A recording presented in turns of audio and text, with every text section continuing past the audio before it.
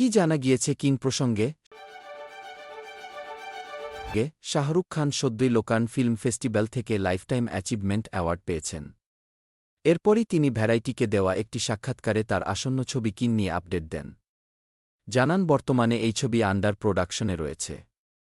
তবে একই সঙ্গে তিনি জানিয়েছেন এটি অ্যাকশন ছবি নয়, বরং অনেক বেশি ইমোশনাল এবং কুল ছবি হবে যা সবাই উপভোগ করতে পারবে। শাহরুখের কথায়, এই ছবিটির নাম কিং। এই ছবিটির পরিচালনা করছেন সুজয় ঘোষ এবং প্রযোজনার দায়িত্বে পাঠান ছবির পরিচালক সিদ্ধার্থ আনন্দ। এটি একটি অ্যাকশন ছবি, তবে খুবই আকর্ষণীয় হতে চলেছে এই ছবিটি, কারণ এটি একটি কুল, ইমোশনাল ছবি যা সবার ভালো লাগবে।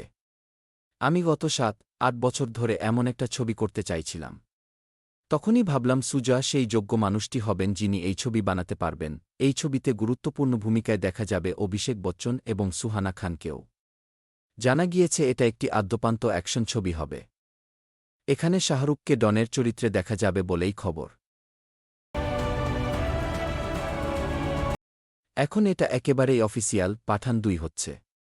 সম্প্রতি একটি নতুন প্রতিবেদন নিশ্চিত করেছে যে শাহরুখ খান একটি সিক্যুয়ালে পাঠানের ভূমিকায় পুনরায় অভিনয় করবেন।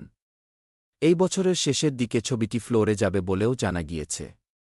রিপোর্ট অনুসারে আদিত্য চোপড়া ব্যক্তিগতভাবে তার টিমের সঙ্গে স্ক্রিপ্টে কাজ করেছেন এবং পাঠান 2কে আরও বড়ভাবে ভিত্তি হিসাবে স্থাপন করছেন, যা ইউরোপ ব্যানারের অধীনে আরও গুপ্তচর চলচ্চিত্রের শাখা হতে পারে। সূত্রের খবর, শাহরুখ এবং আদিত্য পাঠান 2 এর স্ক্রিপ্টে একমত হয়েছেন।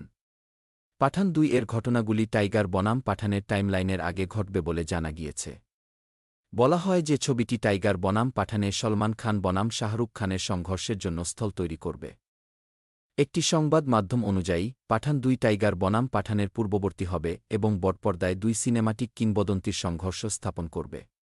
পাঠান চরিত্রে শাহরুখ খান অবশ্যই এমন একটি চরিত্র যা দর্শকদের সঙ্গে অনুরণিত হয়েছে এবং স্পাই অবতারে এসআরকে দেখার জন্য দর্শকদের কাছ থেকে ক্রমাগত অনগ্রাউন্ড চাহিদা রয়েছে।